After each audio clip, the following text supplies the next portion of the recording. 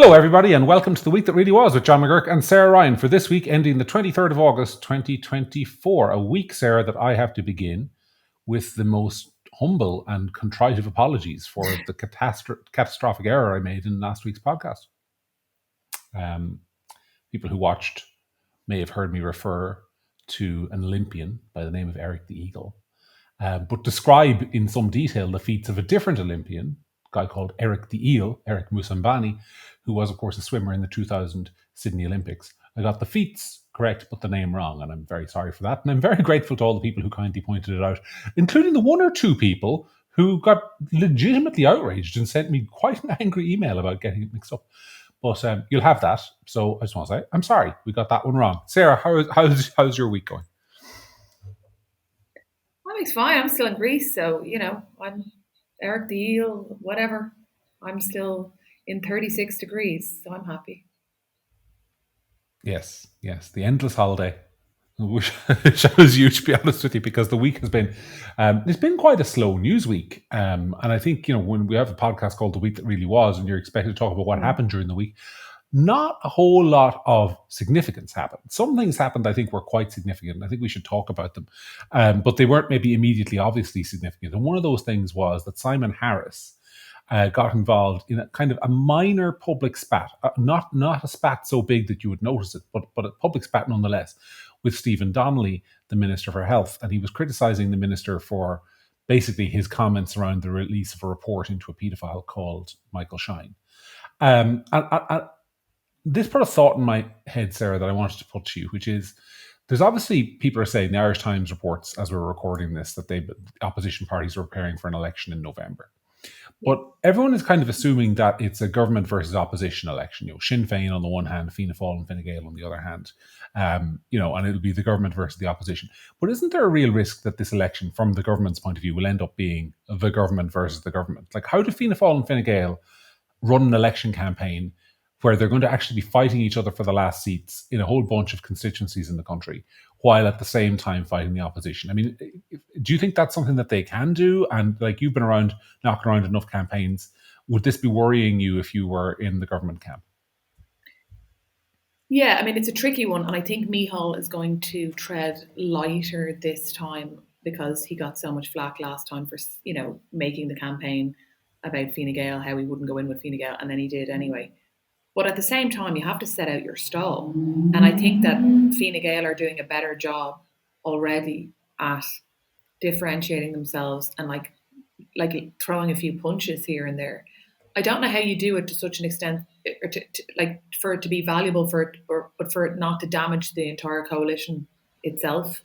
But you have to politics. There's an election in November. You gotta play politics here, and a lot of those, like Simon Harris and Micheál Martin, will be under pressure from their grassroots and from their TDs who are in marginal seats, who'll be fighting for the last seat with another Fine Gaeler or somebody else, who want their party to be coming out hard on whatever the issue is that's particularly, pertinent to their constituency, or just a national issue that gets them a bit of a bump, if it's talked about enough. So I think they're both in a kind of a tricky position. But I think that Simon Harris is proving to be a smarter politician, and he's out early and he's out talking about things. And the problem for Fianna Fáil is that, already it's just starting to feel like Fianna Fáil could be the party that's on the run from Fine Gael from the campaign, as opposed to actually being an equal. Yeah, do you not think it's interesting? I was writing about this the other day. For a piece published yesterday, Thursday. And I was going through the ministries, and it strikes me that one area where Fine Gael has a real advantage is that Fianna Fáil holds most of what you'd call the problem ministries. So what does the public care about? Immigration, health, housing, those kind of things. Well, immigration is the Greens, so take that one off the table, and it's the government in general. But health is a Fianna Fáil ministry, and housing is a Fianna Fáil ministry. Darragh O'Brien and Stephen Donnelly, they're Fianna Fáil ministers, and those are going to be two of the big issues in the election campaign. Whereas on the other side, the only ministry that Fine Gael really holds where the government has substantial political problems is Justice with Helen McEntee. So that strikes me as like Micheál Martin, when he went into the coalition, tried to be a little bit clever and get the big ministries, the important ministries for Fianna Fáil. But that could actually, I think, turn around and bite them on the ass a bit in the election campaign, because Fine Gael will be able to say, well, and they will, at least their candidates on the doorsteps will during an election campaign. Well, housing, well, Darragh O'Brien said he'd solve that, and sure, he's made a mess of it. Our minister, Pascal Donoghue, gave him all the money in the world to fix the problem, and sure, what's he done? Like, that strikes me as a real risk for Fianna Fáil, especially when Fine Gael can say, we resourced these ministries, and if Fianna Fáil ministers didn't deliver, well, that's not our fault. But you also have to strategize it politically, John. I mean, okay, follow it through. Like, what's the benefit for Fine Gael is, okay, if they're fighting with Fianna Fáil for a few marginal seats, they win them. They have a couple more TDs than Fianna Fáil. But ultimately, there's no real other show in town for Fine Gael other than going into government with Fianna Fáil. Fine Gael aren't going to get 70 seats and then, cobble together a government with a few independents. That's not going to happen. So there's only one show in town if they want to stay in power, and that's Fianna Fáil. So they have to kind of, walk this tightrope of, the government is doing a good job, a lot done, more to do, if you would. And then, slag off Fianna Fáil, but not too much. And then, I would say focused on slagging off Sinn Féin, but like Sinn Féin have just, disappeared as a threat, really. Unless something dramatic happens in the next while, I think Sinn Féin are in trouble, are likely to lose seats. So, I think the campaign potentially, not unlike the European and local elections, because there's so much collusion, if you would, with the media, that the campaign could end up being quite boring, in that the most exciting thing is a couple of side-eyed kind of pops at each other, but ultimately it's the status quo. It's about this. There's a few crazy candidates who talk about scary things, like maybe we should consider our immigration policy, but ultimately we end up with the same old, and they don't want to rock that boat. So they can't slag each other too much, but they still have to fight for marginal seats. So it's kind of a tricky tightrope to walk. But as it stands now, I think Simon Harris is going to walk that tightrope better than Micheál Martin. Yeah, I mean, it's the point you make is true. I mean, one thing I think that probably I didn't take into account in my article, I'm just thinking about as you're talking, is the fact that in the local and European elections, one of the things we saw, probably not for the first time in history, but certainly to a greater degree than ever, was actually a huge, big Fianna Fáil to Fine Gael transfer. Where in the European elections, if a Fianna Fáil candidate went out and there was no other Fianna Fáiler, those votes would go to Fine Gael in huge proportions, and vice versa. And probably if you're in the government parties, are you suggesting the voters might actually be pushing them into kind of a quasi-merger and stopping them from criticising each other because they're so reliant on transfers from each other? Because where else are they getting them? They're not going to get transfers in large part from Sinn Féin or from Labour or from the Social Democrats. It's really, they're the only show in town to get themselves the number 2s and 3s. They need to take the last seat. So, I mean, there's that element too, but I will disagree with you on one thing. You said you didn't see what was in it for Fine Gael, and I think there is something in it, which is that at the moment this coalition works pretty well because the two parties are equal in size. And so it's not really a threat to the long-term viability of either, because either of them could theoretically come back and become the largest party in future. Whereas I think if you ended up in a scenario where, let's say, Fine Gael emerged from the next election with 45 seats, which is, I think, quite plausible as opposed to the 70 you mentioned, but Fianna Fáil only came back with 30, which is possible if there's a bad campaign, then I don't know how you justify a rotating Taoiseach anymore. I don't think you can do that, because Fine Gael are clearly the largest party with the bigger party from the public. And that would then cast Fianna Fáil into the role of second party in the coalition and third party in the country behind Fine Gael and Sinn Féin. So I think there's a real existential risk to both parties if one of them were to emerge substantially stronger after the election than the other, and they were forced into that role of being the second wheel in the coalition. Because I don't know how you come back from that. Very few parties do. You'd end up being the third party in a 2.5 party system.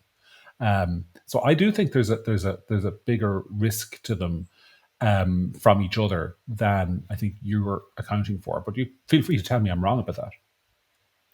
No, I think that's a good point. So if you think that, and we make predictions on this podcast, do you think then that there's a possibility that the big loser of the general election could be Fianna Fáil?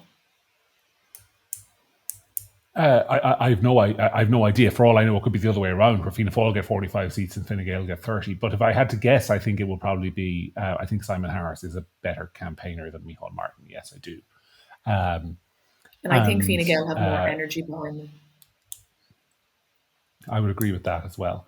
But you don't know. We don't know. That's why we have the campaigns, isn't it? On your point about it's shaping up to be a boring election campaign, I mean, I think that's another element that might work against them, because while you and I would agree, I think that the media in this country is ridiculous when it comes to holding politicians to account. The one thing they do want to do is sell papers and draw eyeballs. And when they're obliged to cover a general election either, I don't think the media want it to be boring. So I think there will be, if there's any kind of squabbling at all between the two, which I suspect there will be, I think journalists are incentivized to hype that up, make it a bigger thing than it is, ask them about it, try and get a row going. Which of course, there's two ways of looking at it. Are you hyping up a row to sell papers, or are you, as journalists would say, teasing out the differences between the major parties in a way that's in the public interest to find out exactly where they do stand behind all the spin? But journalists have a way of doing that if they think there's an issue there, if the election campaign gets so boring. But what do you think of the risk of Micheál Martin actually doing what he did after the last election? Because after the last election, he broke a promise. He said, "I'm not going in with Fine Gael," and he did. This time, he distinctly hasn't promised not to do any kind of arrangement with Sinn Féin. Is there any chance that in that scenario I mentioned, where say it's 45 Fine Gael, 30 Fianna Fáil, 30 Sinn Féin, is there any chance he tries to cobble together something with Sinn Féin just to preserve Fianna Fáil's position?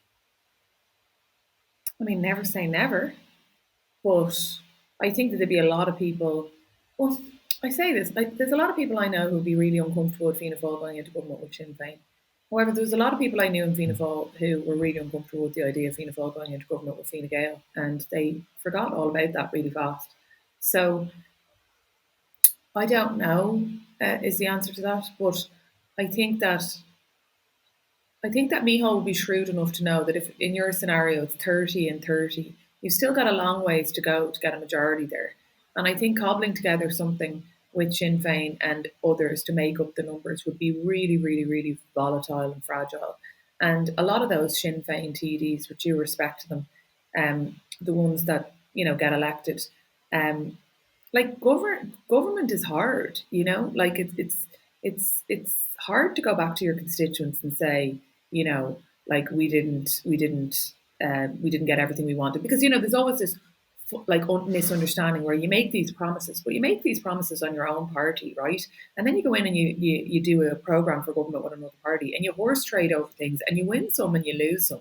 So in fairness to politicians and the governing parties, you're not going to get everything because you didn't get an overall majority. This is your policy platform is your policy platform for if you've got an overall majority and you're making all the decisions. So I think that if Micheál was to cobble together a government with Sinn Féin and others, I think that Sinn Féin have been suffering as if they've been in government for the last year, and they haven't taken it well, they haven't recovered well. They're still in the process of recovery, or they're still, I don't know, I think they're still in the first stage of grief, whatever that is, denial. But I think that if they were to cobble together, Micheál would be shrewd enough to know that if he put together a government with Sinn Féin and a group of other people, that probably wouldn't go the distance, and that might be more damaging to him and Fianna Fáil long term. Yeah. I mean, I will say one thing that you said there, which annoys me, which is not that you annoy me, but the kind of the excuses politicians make about how we can't keep our promises because we had to horse trade them away in coalition talks. That's true, and that's fair enough. But what it doesn't take into account, Sarah, is the way they make promises that they fully intend to trade away in coalition talks. And the example I would cite on this, and I challenge anyone to dispute me on it, is Fine Gael's perennial habit of saying, "Oh, well, if we're elected, we'll get rid of the universal social charge and cut income taxes."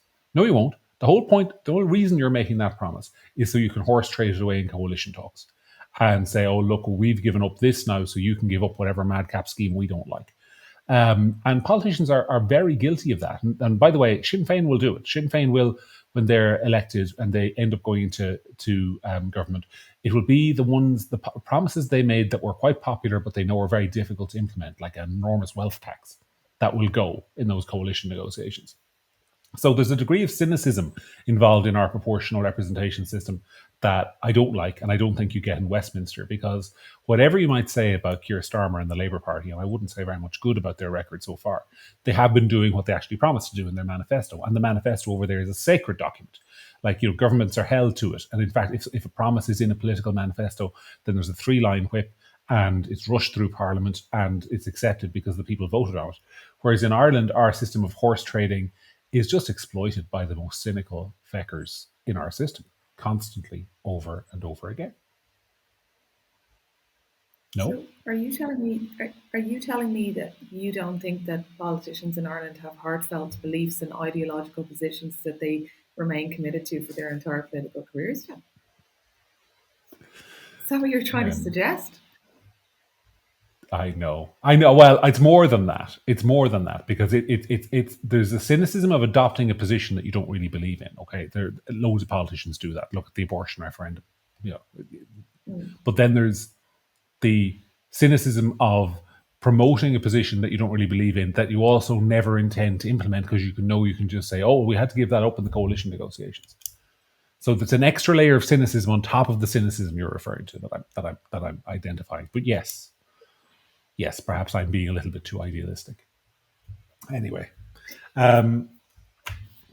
Anyway, I don't think it's shaping up so far to be an interesting. And by the way, just back to the point about whether it'll be an exciting or an interesting campaign. I mean, there's two ways of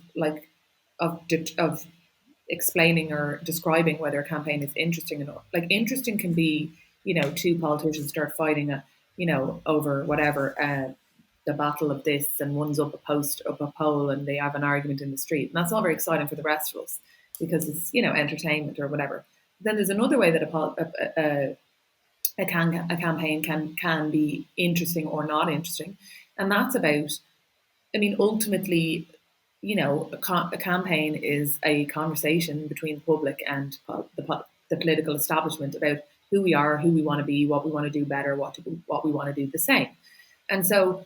When you have a campaign that's that can be interesting, it's where you have hard conversations about some of the big themes that are emerging in Ireland at the moment, like immigration, like 150 other things. So, like, what's happening with the children's hospital? Like, what do we get to a point where we put a halt to this? Like, what's the plan? So how do we manage large capital projects? How do we, what are we going to do about immigration? Like I said, what are we going to do about education and teaching gender identity in schools? All these kind of, like, like a campaign can be interesting because you have the conversations that are alive within the public imagination at that moment. And that's kind of what I mean by interesting. I mean that it would be really interesting to really feel like people went out and voted knowing that they were voting for, more spending, less spending, like whatever.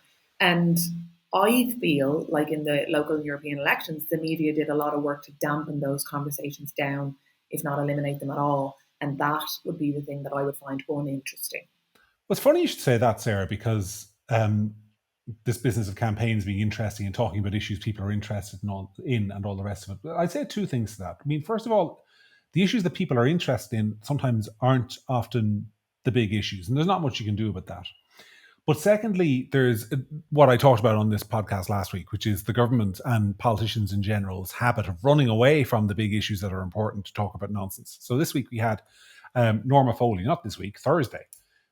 Today, as we're recording this, Norma Foley has a piece in the Journal where she's talking about her latest big initiative, which is to ban phones in schools. Now, that is, I suspect, a 99% issue with parents, like banning phones in schools. I mean, fair play to you, Norma. But I mean, there's two things. First of all, as she says in her article, almost every school does it already. That's the first thing. And secondly, it's something for schools to decide. It's not something you as minister can do. And number three, it's not hard. I mean, you're not actually doing any governing there. You're just like announcing a ban on something. That is not politics. And yet that is that's kind of like being substituted for politics. And I have this terrible fear we're going to end up with an election campaign about shit like that. Ban phones in schools, regulate the fat content of ice cream for kids. Can we have an extra couple of years on the free GP care for children? Like an election of gimmicks rather than an election of substance. I'm pretty sure that's what the politicians want to have. I suspect on all sides, that's what they want to have. And I think that's what That's what depresses me as somebody who's a citizen who has to pick somebody to vote for in this bloody thing. Because at the Yeah, I moment, mean, it's certainly not going to be anyone mainstream. Sinn Féin aren't exactly rowing into the substance conversation themselves, let's be honest. But at the same time, like the phone is a good example. Like, I have a child in school, like, most of the time, the parents, there's a pledge that goes around and everybody, agrees that they won't get their kids' phones until they're, whatever, leave primary school or whatever it is. But again, it's just kind of nonsense. Mama Foley is the minister, you know? Like, she's not a kind of a councillor who's just been elected who is full of ideas and, you know what I mean, wants to get a name for themselves by talking about, issues or whatever. She's the minister for education. The minister for education. And she is using her time to talk about banning phones. Which also, it's not just that it's already been done, but it's kind of it's so like late in the day to be talking about phones for kids. Like, that's been going on for years, that conversation for parents. You know, it's like, that's what you're choosing. Okay. Like, don't row in on anything of any substance, but the phones thing. Okay, it's back to the point I was talking about last week about, you know um, free menopause drugs for women and different things like that. Like, here's something no one asked for, so you'll forget about asking for the thing you really want. Yeah. Yep. Yep. I mean, look, and at the same time, like, if we want to talk about a big issue, and we move the conversation on from the election and talk about something else, because this is another thing that came up in the news this week, but it's actually tangentially connected, which is the report going around that the government is facing, I mean, literally eye-watering fines for not meeting its climate targets by 2030. So I think the climate We're not going to targets meet by our we're not going to meet 2030, our targets, are we? We're not going to meet our no, targets. no, but Are we we're going to not? pay 8 billion euro. Yeah. So Utter like me the targets, shocked. actually, it's funny thing. I know, I'm not shocked either. But what's funny is just what's hilarious is that there are actually two targets. So the government has its targets that it set in the Climate Act when the first year it came into office. First thing the Greens did, climate change bill, and that bill set targets of a 51% reduction in Irish carbon emissions by 2030. 51%. But those aren't the targets they're being fined for. The actual targets are the EU targets for the same year, which are a 42% reduction. And we're going to miss those as well. And the Environmental Protection Agency says that, with best efforts, we might manage 29%, but that's if we do a whole load of stuff that we haven't done so far, like, getting rid of half the cattle in the country and that sort of thing.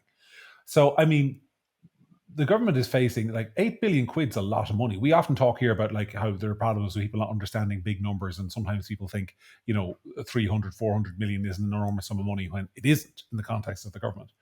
But 8 billion is a big chunk of change. So I just think this is going to become a huge issue, not for this government, but for the next one, because it's in their lifetime that they're either going to have to basically dismantle the economy to hit the targets, or miss the targets and pay eye-watering sums of money in fines. And I just wonder, like, how did we end up in this mess? It's eminently foreseeable Oh, that this was going to happen. So why did it happen oh, anyway? Like, what's your diagnosis of why that is? oh, we end up in this mess because we have a weak-willed political or government who want to be the best boys in the class, and will just sign up to things and say, we're going to do this and we're going to do that and we're going to be the best, without any real thought for what it will actually look like or how it will actually be done. It's about weak, spineless politicians who don't have the balls to say, we're a tiny country and we're not going to be able to do this. Do you know, John, that there was an episode of Keeping Up with the Kardashians where Kim Kardashian flew her private jet from America to France to pick up a slice of a cheesecake that she had a craving for, and then she flew home? But, but I hope that paper straw disintegrating in your drink is helping you. It's garbage. It's garbage. And nobody ever believed it. From day one, nobody believed that we were going to be able to achieve these targets. And it doesn't mean I'm saying we should do nothing. But it's again like signing up to things, saying things, ticking boxes. Aren't we great? Look at us. We're on board with this without any thought about how it will work, what the consequences are. just more garbage. And none of this is going to happen. And then we'll have the fine, but it'll be the next government. Kick it down the road like everything else. Like, I mean, yeah, he'll suffer. He'll suffer. Joe taxpayer. Well, I That's never who'll watched suffer. Keeping Up. I never watched Keeping Up with the Kardashians. Not even one single episode. Not once ever. And I'm not proud of that. I think that makes me culturally illiterate. I think I probably should have watched a couple of episodes of it. I always think you should watch things that everyone else is watching that you've no interest in, just to see what it's Yeah. about. I think basic curiosity of human nature. I should have watched it, but I've never watched it. But the example you cite of one person taking a flight across the globe to buy a slice of cheesecake, I mean, I agree with you to an extent in that it does demonstrate the how laughable it is to suggest that we should turn our lights off at 7 o'clock in the evening instead of 8 o'clock in the evening, or the other way around, put our lights on an hour later, or whatever we're being asked to do. It does suggest that that's a problem. But at the same time, like for me with the climate stuff, some of it is actually good, even though it's annoying. So, for example, there's this thing at the moment. I don't know if you've noticed this thing that where now when you buy your 2 liters of milk at the weekend and you're using it, the cap doesn't come fully off. Have you come across that? Yeah. So all the caps are attached to the bottle. Yeah. That's really I mean, annoying. it's a good idea. Like I find it really annoying. Idea. Yeah. It's kind of No, annoying. that's what I was going to say. It's really annoying. When you're trying to hold it and a child and it's slopping all over the place, it's kind of annoying. But no, I will accept it. It's a good idea because the lids always get separated and it's more litter. Fine. Yeah, and they can end up on plastics in the wild is a bad idea. So it's one of those things that's annoying, but I can see the logic behind it, and it doesn't impose a huge burden on my life, and it's just a simple thing. And that fair play. I'm not going to rise a racket about that. Paper straws, stuff like that. Similarly, but that's one thing. No. But then it is. Sorry, you're against the paper straws, are you? Are you not? I mean, sometimes if I get worried about something in life, I think, like a major disease or something happening, I think there's so many smart people out there, someone will figure it out. And then paper straws came along, and here we are 2 years later, and no one has figured out the paper straw problem.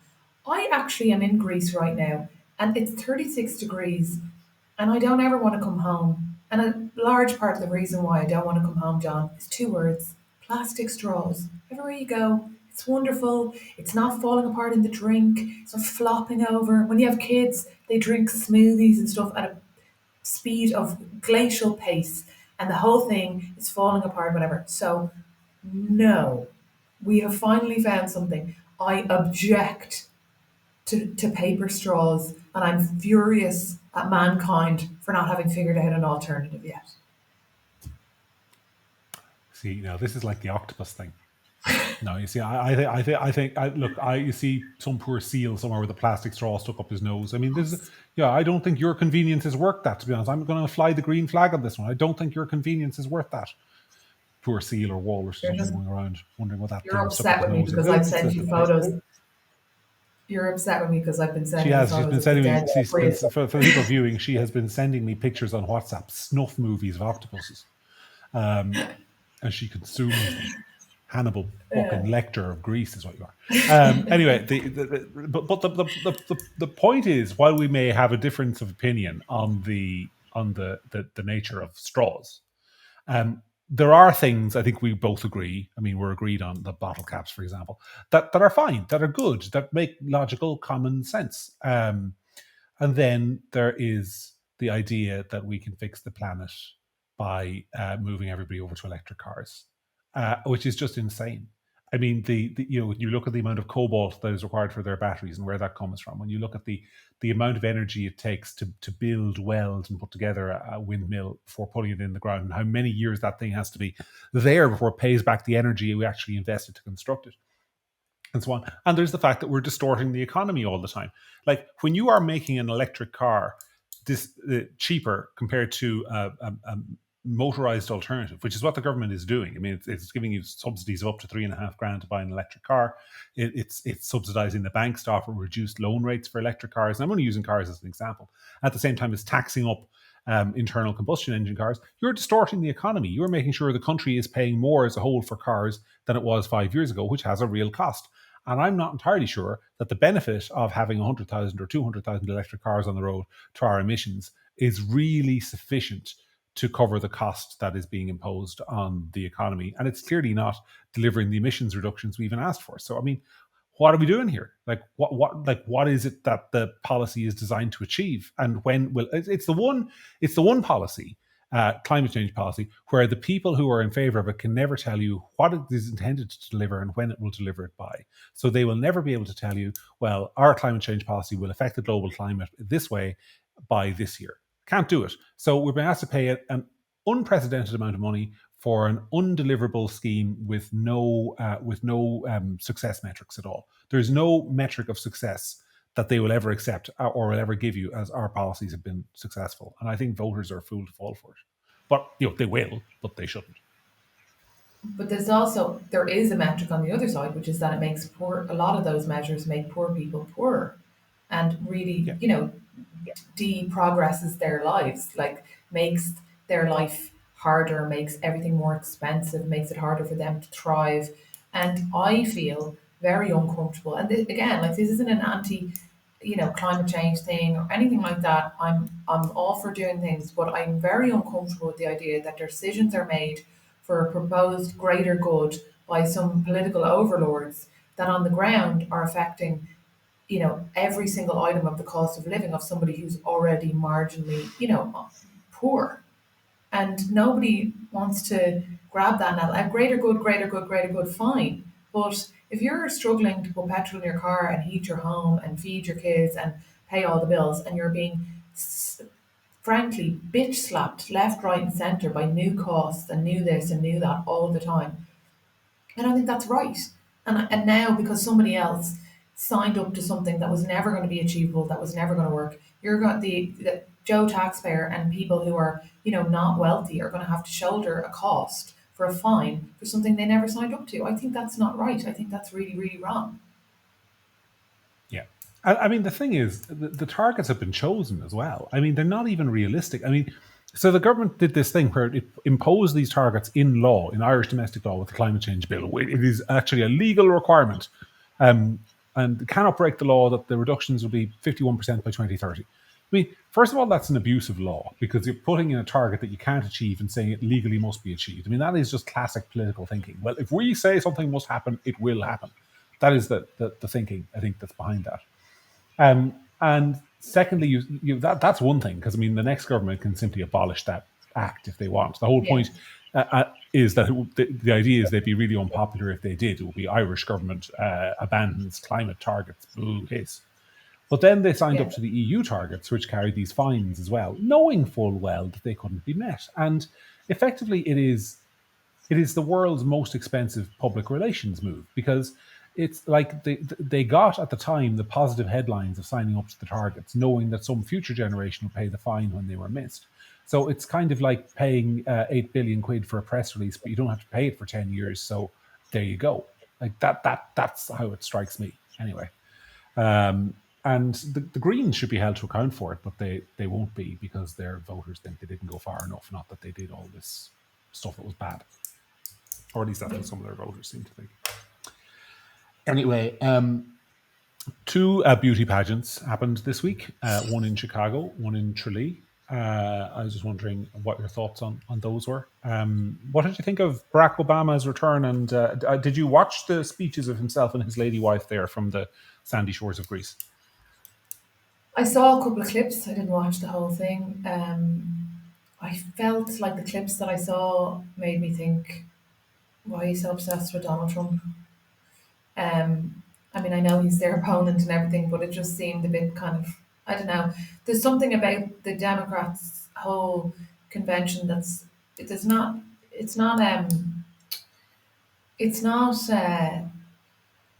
not inspiring or interesting or focused on a kind of a future vision. It's focused on, vote for us because we're not the devil, and I don't think that that's necessarily a good strategy for them.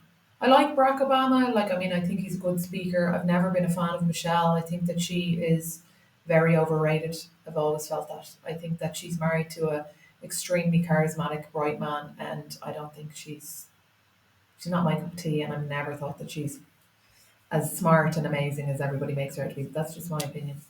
Boo, But no, boo. I dipped in and out, but I Taking your haven't life in seen your hands anything. with that opinion. I know, yeah. I don't get the Michelle Obama thing. I never did. But it's not striking me as nothing standing out to me from what I have seen as being particularly inspiring or interesting. Would you say different? Well, I think if I was a Democrat, and I'm not, and if I was giving them advice, which I never will be, and if I was, they wouldn't take it. But if I was giving them advice, which they would take, I'd say the first thing I would do with the Democrats is ditch the bloody celebrities. No more Oprah, no more rappers. Your biggest weakness with a lot of people is the sense that you are a party of wealthy Hollywood elites who look down on the rest of the country. And what you do, you litter your convention with wealthy Hollywood elites who have perceived to look down on the rest of the country. So that's the first thing. Second thing is with the Obamas, you're either somebody who loves them or you're somebody who doesn't. I have no great love for either of them, though I take her over him, 7 days a week and twice on Sunday. I think, I think she's much less cynical than he is. I think he's a deeply cynical politician.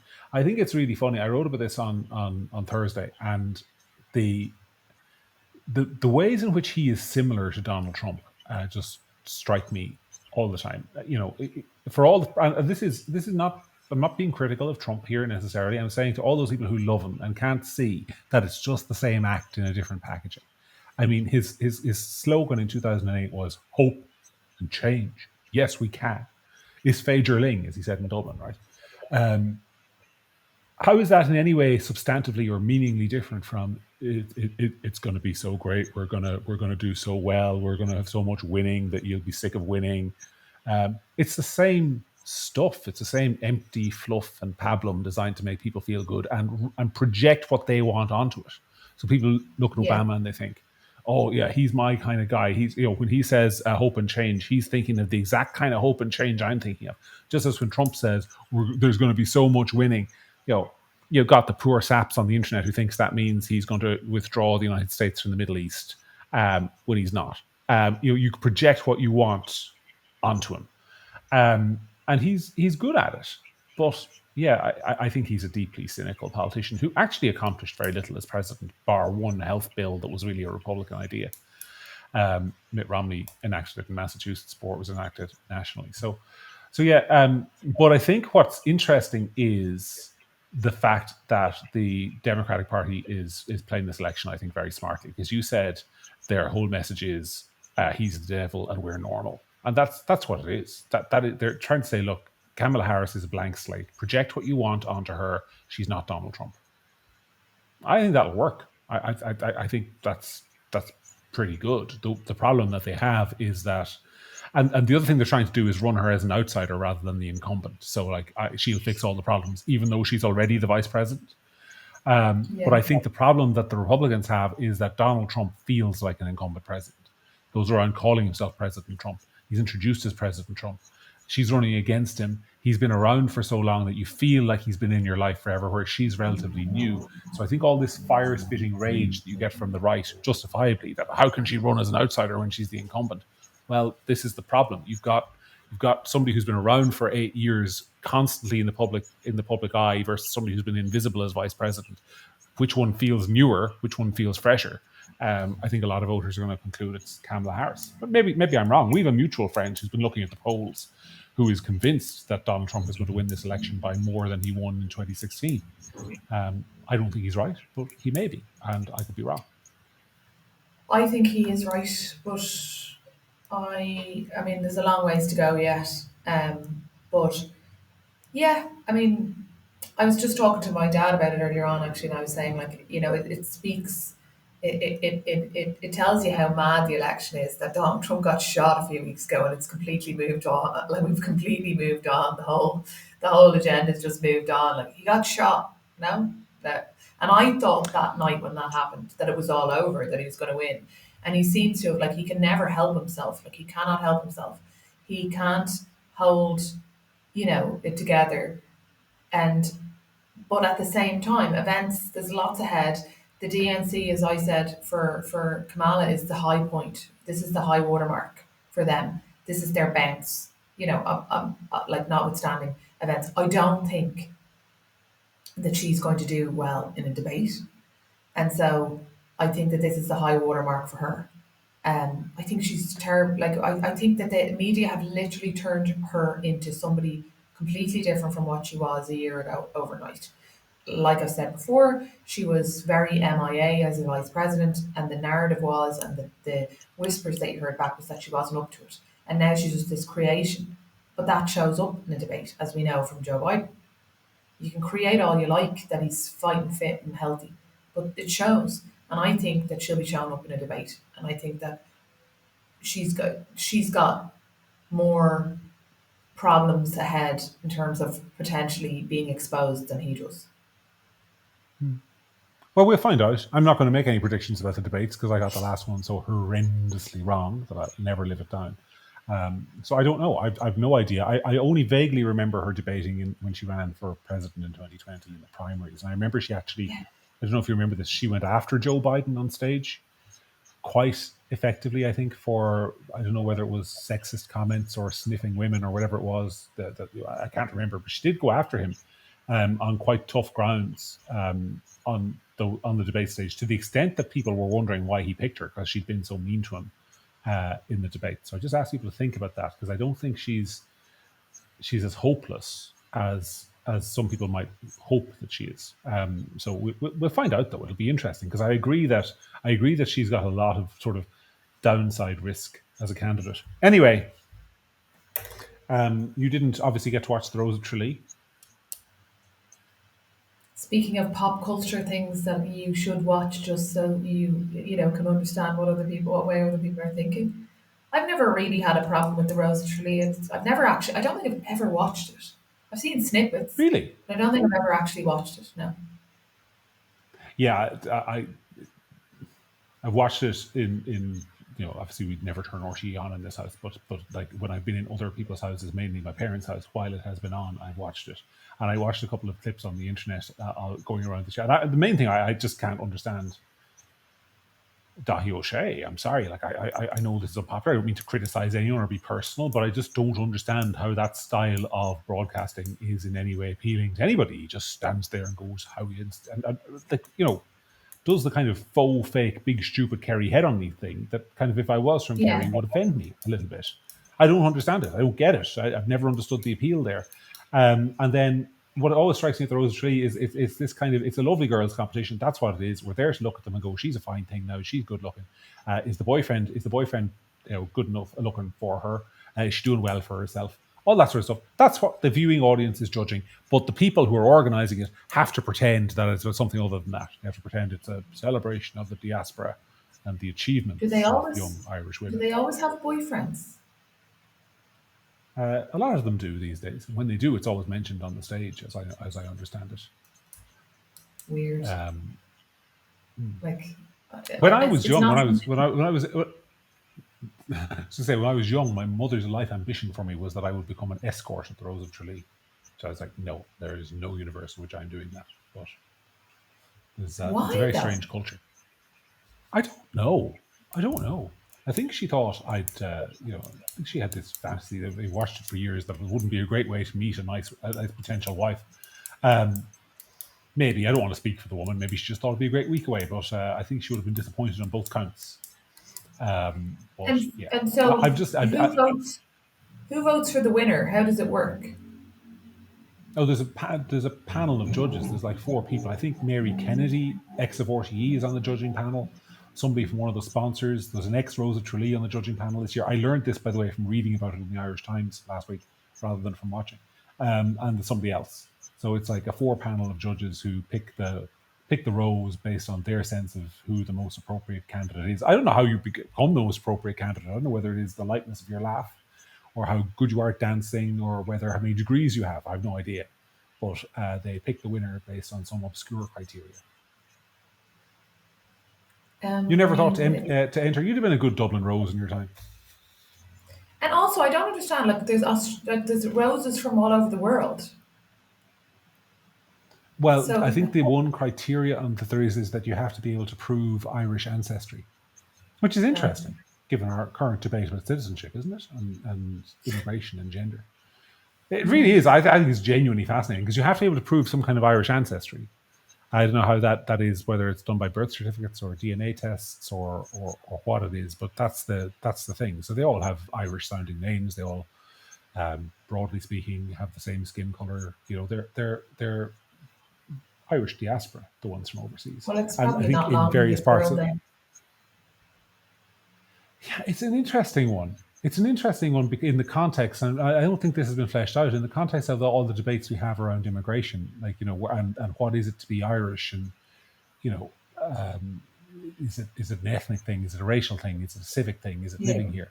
Well, the Rose of Tralee treats it very much like an ethnic and racial thing, and no one has any issue with that. I'm not saying that's the correct interpretation. It's not one I share, but that's how the Rose of Tralee treats it, and no one has any real issue with that. It's only an issue if that is used in to say in the context of the immigration debate, then it becomes an issue. Yeah. So that's interesting. Anyway, was there anything else that struck you as interesting this week? No, not really. I'm I presume you'll be back. It's the hurricane next week, will you? For the kids going back to school and stuff. And you're not going to Yeah, I just have live to. in Greece, even though. I have to return with a suitcase packed full of plastic straws. Um, and You could set up a black market for kind of like the yeah, mums I of, know. of North Dublin. You know, kind of like bring back 3,000 or 4,000. You could become a dealer. Yeah. No, because I've been here for so long now. I got a message in the WhatsApp group the other day from somebody saying, "What time are the kids finishing school next week?" And I was like, "What? Who?" So yes, I shall return soon. But it's been, I don't know, am I here over 3 weeks now? Probably time to go home. It is. It is. Well, we've missed you, and we'll be glad to have you back. But anyway, until we see you next week, back in your normal place, from Sarah and from me, it's a thank you for watching. If you've had your summer holidays, we hope you've enjoyed them as well. Next Monday, the kids are back to school, and the misery begins. Our politicians, of course, have an extended holiday and aren't back for a couple of weeks yet. But we can forgive them that, since they'll probably all be out bothering us in the autumn, knocking on our doors again. Okay, we'll leave it there. From Sarah and from me, thanks a million for watching, and we'll chat to you at the same time and the same place next week. Take care.